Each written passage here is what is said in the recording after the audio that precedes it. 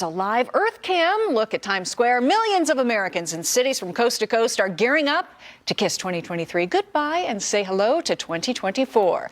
But of course, people still need to be safe. Security is top of mind for law enforcement ahead of the midnight ball drop in Times Square. Pro-Palestinian protests continue to loom over the festivities, and New York City Mayor Eric Adams is putting those groups on notice to behave. We have witnessed that there's a small number of people who are trying to embed themselves in some of the protests and bring about disruption. It's not going to be tolerated. It's not going to be accepted. This is a city where we're clear. There's no room for hate, and there's no room for breaking laws. You break the law, you're going to have to deal with the New York City Police Department.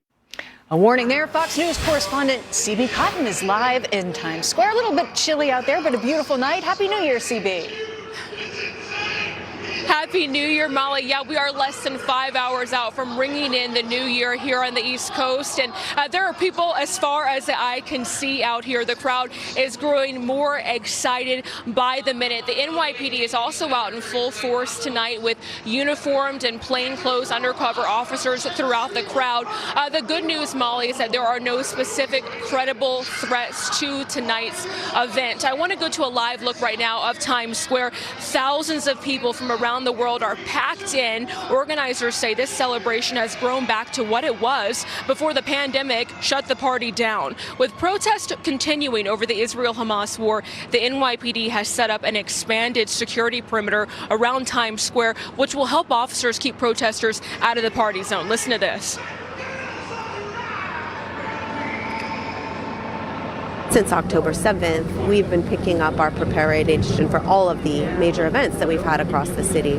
So yes, there's a lot of work that goes on behind the scenes. You're going to see the resources that you see: radiation detection, counter drone, sand trucks, blockers. But then there's everything that you don't see, and all of that together creates the machine for securing everyone here. Now, there was already one pro-Palestinian rally in this city today called Shut It Down for Palestine. Police say they won't be shutting down anything, though, and they certainly didn't. The group was kept several blocks away from the Times Square area. Drones and surveillance robots playing a key role to helping officers monitor these protests in large crowds from the street level and from up above. This is the future of policing.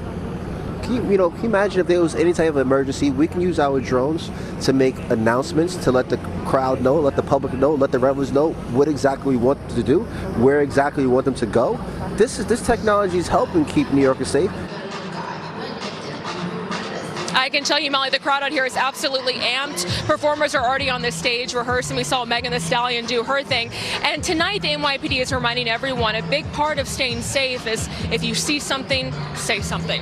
Back to you. Absolutely, CB. We're so grateful to the NYPD, the FBI as well, who talked a little bit there about their counterterrorism measures. How long did all of these entities together prep for tonight's event? Well, Molly, obviously a lot of prep work goes into an event of this scale. Officers telling us they started preparing a year in advance, and after tonight, they'll take what they learned, what worked, what didn't, and they'll apply it to next year's planning. Hey, CB, this is Joey. So you talked about those pro-Palestinian protests. Are the police concerned that, they could do so much that it would disrupt the ball drop or cause a big scene in a violent way? Joey, great question. Well, police knew in advance there'd likely be a pro-Palestinian rally because throughout the holiday season, social justice coalitions across the state have called on their supporters to go to holiday festivities and agitate them, disrupt them. But the NYPD, and they've even encouraged people to boycott retail and commercial stores. But the NYPD feels pretty confident that they'll be able to keep any protests that pop up out of tonight's festivities. And they point to the Rockefeller tree lighting as a good example of how officers did this. Those protesters wanted to get near that tree. They got nowhere near it. So the NYPD does say they feel very confident about tonight. And the irony, obviously, is those pro-Palestine rallies are going on. Hamas is still firing rockets into Israel as it struck midnight in Israel. Moving on, though. CB, it's Nicole. What type of security measures are you seeing out there? Obviously, there's a lot behind the scenes that we don't know about, but what can you tell us you see? Well, Nicole, in addition to those uniformed officers I mentioned, again, those are their plainclothes officers as well. Also around the security perimeter at Times Square, we're seeing officers on horseback, and we're noticing that the NYPD is being very diligent at the security checkpoints in the perimeter, just making sure that no one gets in with items that are not permitted in this area.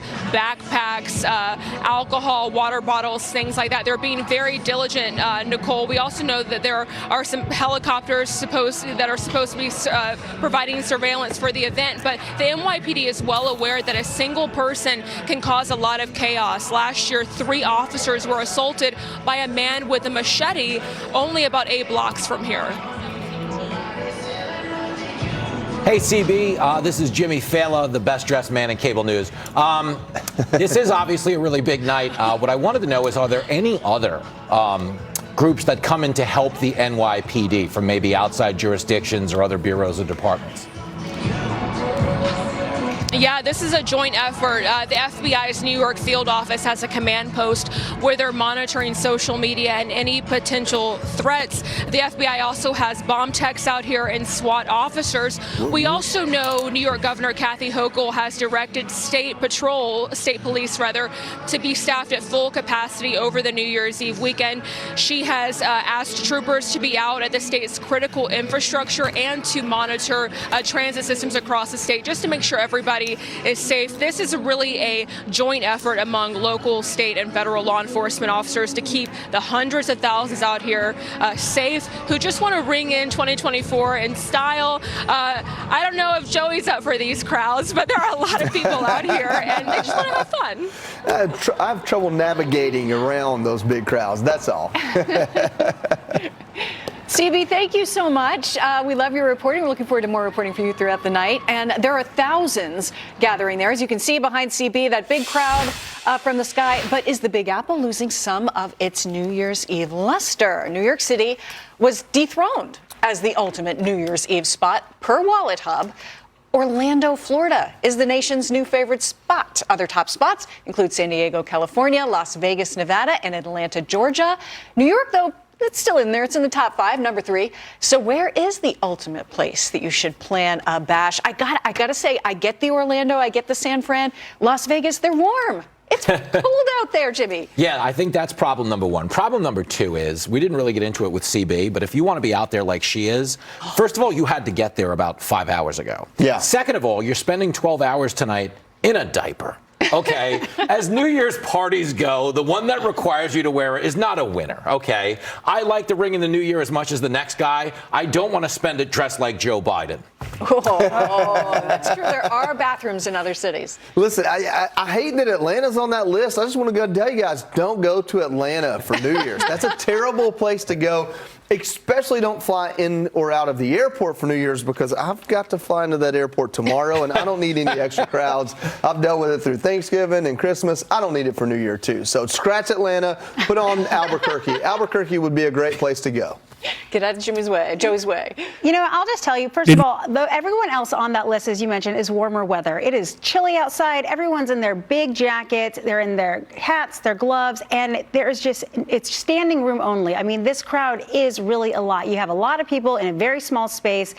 You have to use the restroom, as Jimmy alluded to, for some people who don't want to wear a diaper. An illusion. Unless you have a reservation or a ticket to a restroom or a restaurant or one of these other places, you actually can't go to the restroom. It's actually a debacle. No, it's terrible. Nobody you know does New Year's Eve in Times Square twice. People do it once because it's like running a marathon, but for lazy people. You see if you could survive it. You see if you could pull it off. But no, it's terrible. No way. I'm going to Orlando. All right. Well, don't go anywhere. There is much more to come as we bring in the new year. Popping the champagne tonight. Not so fast. Climate change alarmists are warning about the bubbly. Could be going bye-bye. I don't believe it.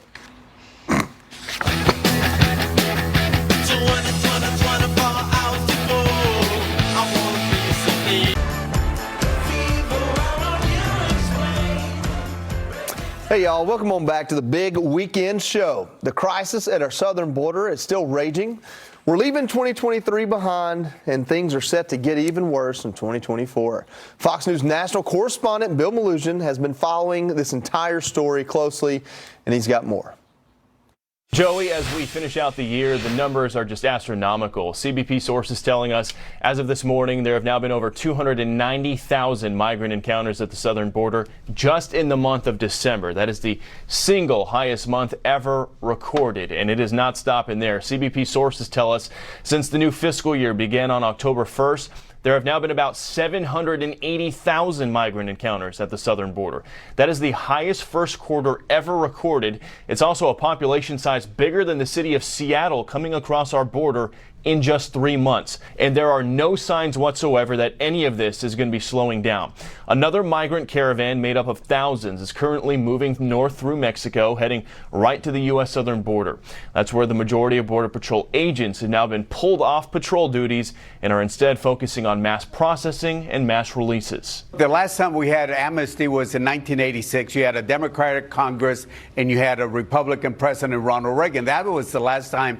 I don't support that, but I think what Tony and I are trying to do is trying to figure out how do we stop this large numbers of people coming in. And as Texas passes its own border security bill set to take effect in March that would allow Texas authorities to arrest and deport illegal immigrants, the Biden administration DOJ is now threatening to sue Texas if they move forward with that law. You see that hostility from our own federal government trying to stop Texas in protecting the sovereignty of our state and essentially the country. And as we continue to shatter records at the border, White House Press Secretary Karine Jean-Pierre says what's happening at the border is, quote, not unusual.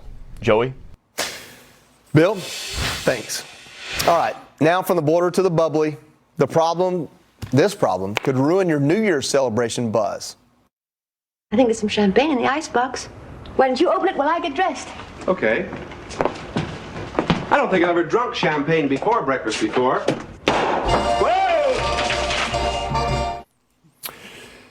Yeah, an artificial intelligence platform predicts that the New Year's Eve beverage of choice, champagne, well, it could go extinct due to climate change.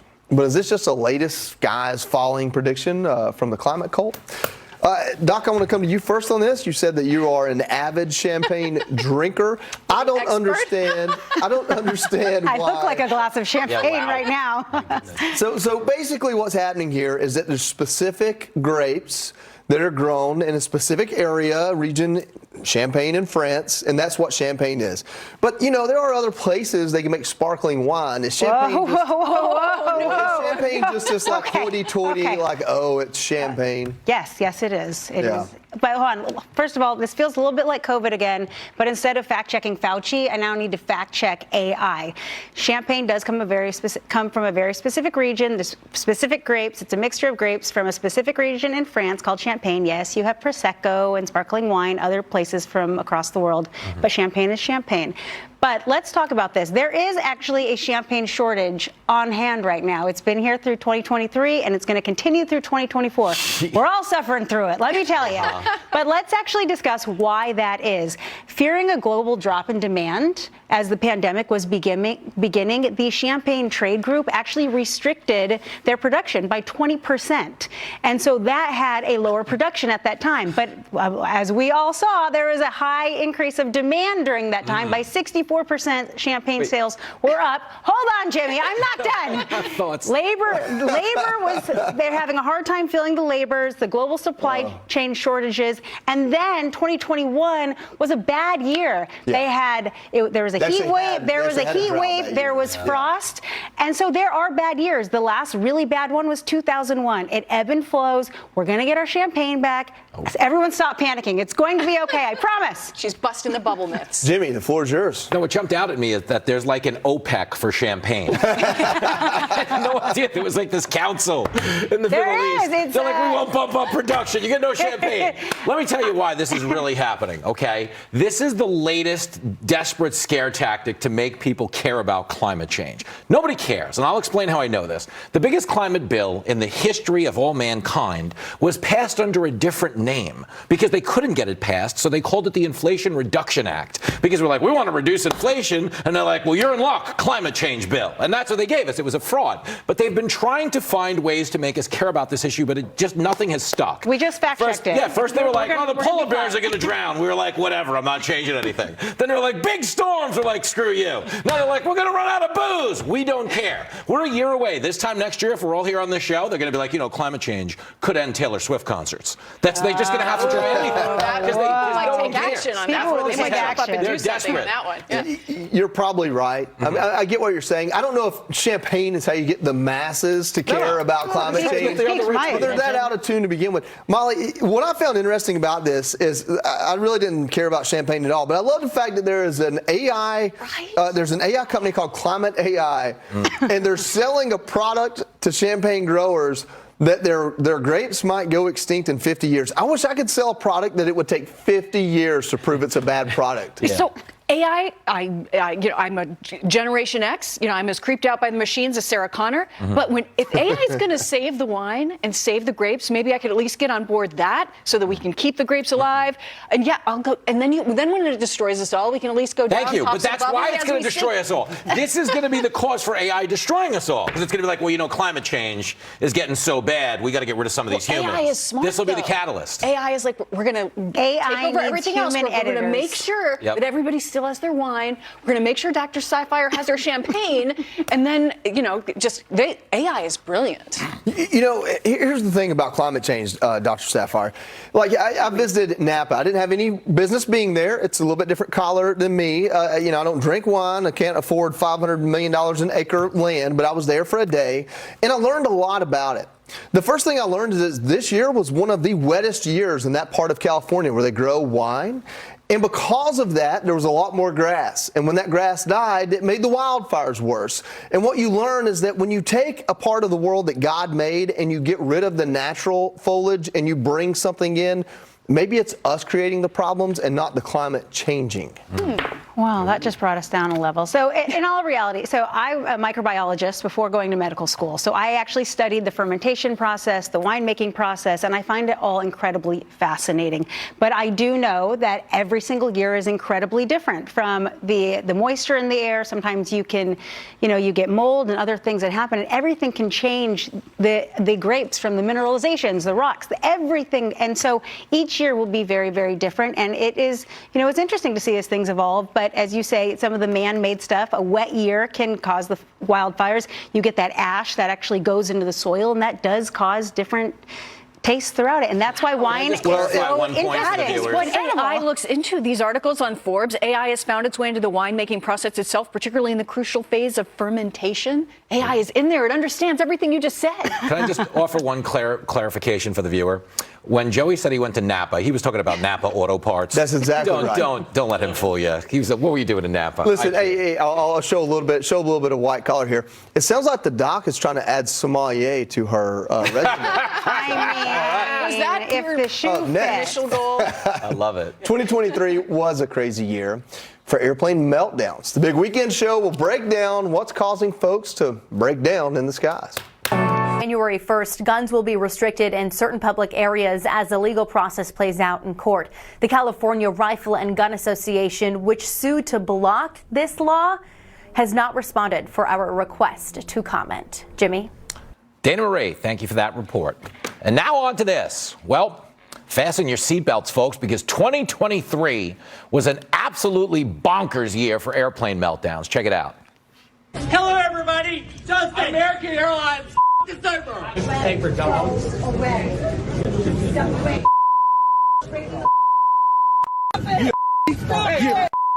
Get off of it. Stop it. Get off of it. Stop. No.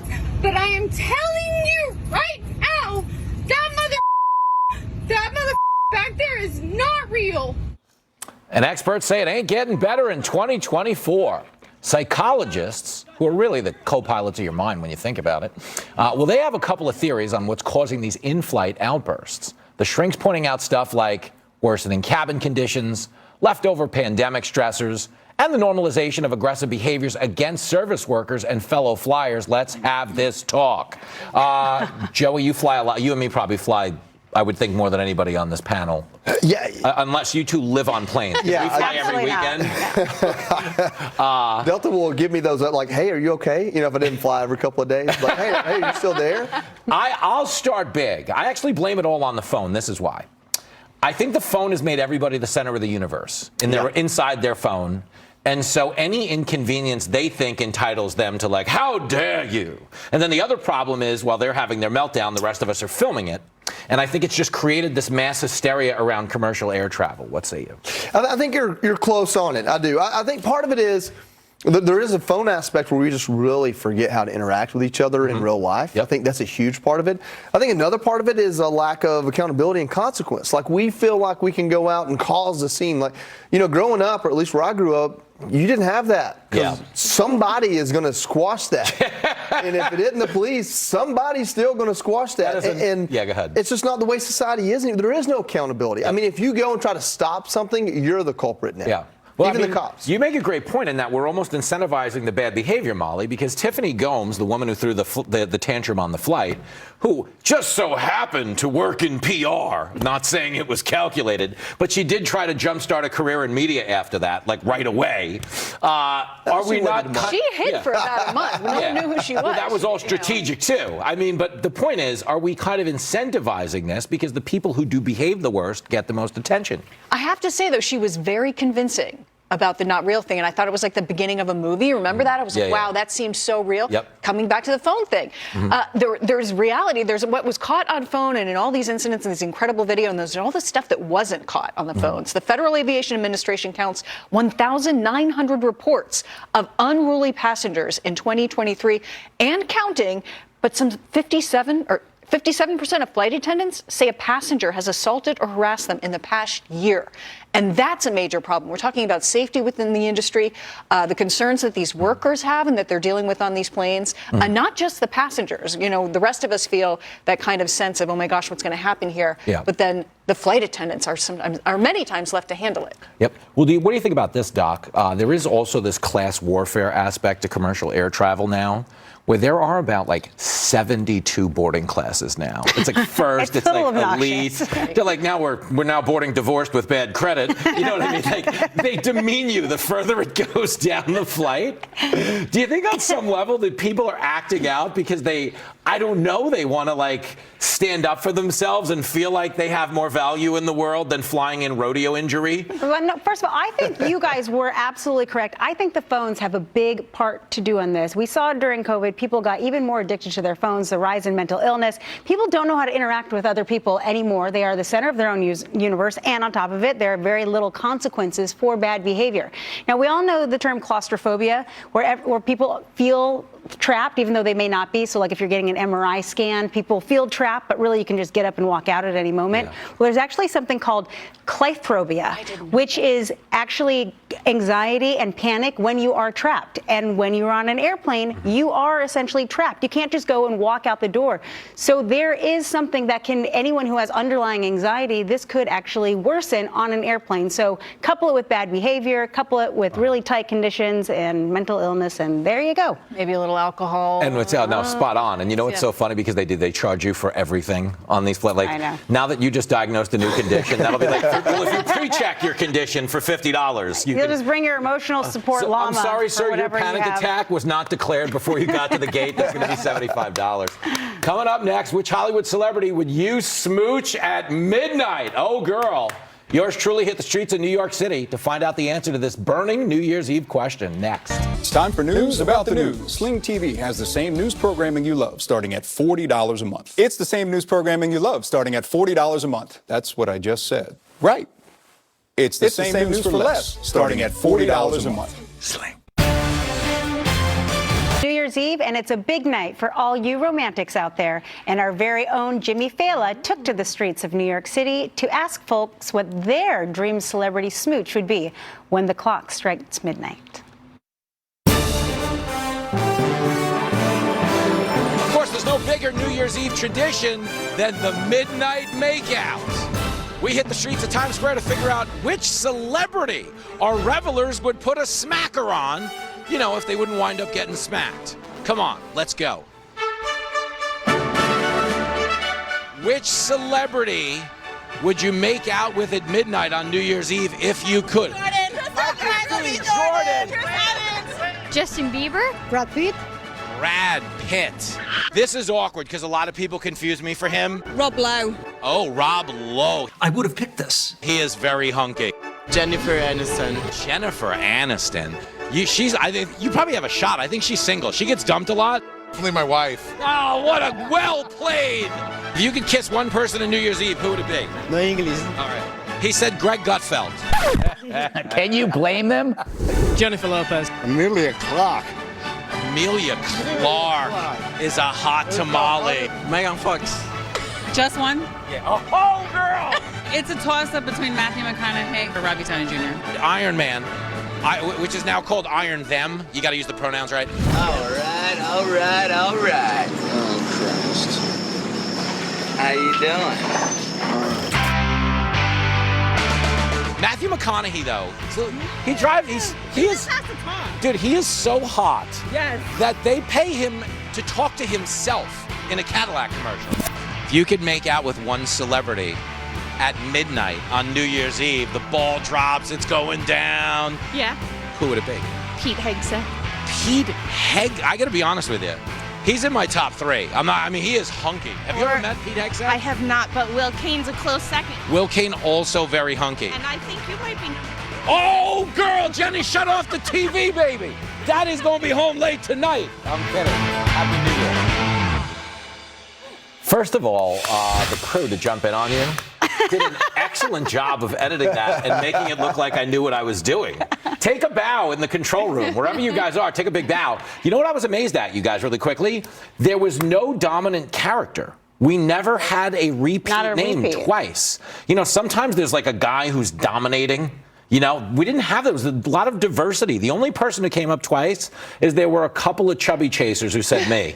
That was it. But other than that, everything was pretty. They spread the wealth on this one. Hollywood, you're welcome. A sign of the times. No Tom Cruise. I would think like the last 2 decades, someone would have said Tom Cruise, but you know what else? Slipping. Guess not. Almost everybody was over 50. Oh, out like, there? Yeah. At the Christmas tree? No, the people that they were after. Rob Lowe, Brad Pitt, Matthew McConaughey, Jennifer Aniston. Because I was going to say, you just insulted a lot of women. You said everyone in the package. I'm kidding. No. Oh, that's funny. Yes, they like hunky elder Hollywood. Yeah. I like it. How about it? Do you have a celebrity that you would smooch? Absolutely not. No. What a pro answer. Yeah, give me Dolly Parton all day. Yeah. Oh, yeah, that's good. You know what? I'd take Dolly Parton. I would say Dolly or Dylan Mulvaney, obviously. But I kid. Good night, everybody. Well, and while we're on the subject of love, Las Vegas is expecting a record-breaking number of weddings this New Year's Eve. And it's all thanks to these 2 popular trends. The first reason, well, it falls on a wacky date, 12/31/23, a.k.a. 123. The second reason, well, it's a holiday weekend. So, you know, one thing, Joey, Las Vegas weddings, I mean, you hear a lot of people talk about them. I feel like they're not as big of a thing as like 10 years ago when you had, what was that movie about the holiday? Elopements? Yeah, all of the. Are you talking about The Hangover? Well, no, that's a good one too. That's a good Las Vegas wedding gosh, movie, isn't it? I don't know where to go from there. I'm not a rom-com guy. I probably don't watch a lot of movies anyway that don't start Jimmy Stewart. I feel like Las Vegas weddings are not as cool these days. Well, Las Vegas lost a little bit. You know, back in 2008, Barack Obama was president, and the economy kind of crashed, and Las Vegas changed from that forward, and they market themselves and position themselves as more of a family-friendly, all entertaining environment. We actually interviewed a couple that's getting married in Las Vegas on Friends yesterday morning, and they said the reason why they picked Vegas is the whole family could have fun while they're there. So it's not this go party and get hammered and get married in the middle of the night kind of place that it used to be, I don't think. You know, well, you know, and Jimmy, one of the things, people are spending so much on weddings these days. Yep. It is almost when you can't afford a house anymore. Yeah. You probably need to save on the wedding so you can maybe even try to afford a house. Well, I'll give you some good insight here because it's interesting that you brought up money. Okay, first of all, every couple that's getting married tonight in Vegas because of numbers has a gambling problem. Okay, so they're going to have a money. If you're getting married specifically because of numbers, I think you're going to run into some trouble at the roulette wheel down the road. Okay, but in theory, New Year's Eve weddings are like Christmas pets. you don't generally hold on to them for more than a few months before they go. Well, so these are dead-end one-way I've weddings. been to a New Year's Eve man. wedding, and it was awesome, and I loved it. Happy anniversary, Yancy and Jessica. And you remember it. No, you that- you their remember the ones that anniversary. last. Well, Here's the problem I have with New Year's Eve weddings is then everyone has to go to your wedding on New Year's Eve, and maybe you wanted to go somewhere else. gosh, Like we pick a wanted to random be there. It weekend. was so much fun. We had sparklers. I like It's a the great idea of night for a wedding. You're a diplomat. elope You're on very New Year's diplomatic. Eve. You know, I Don't like make it the other way everybody around. come. It weeds out people. You don't have to pay for their meal, and you know you can kind of have it more intimate. I like the idea of just getting rid of some of those folks. Anyway. Or any All right. special day. Yeah. All right. Well, here's another live EarthCam look at Times Square. Coming up on the big weekend show, most adults are ditching their resolutions for 2024, but not everyone is doing it. Here's what some of us are planning to give up in the new year.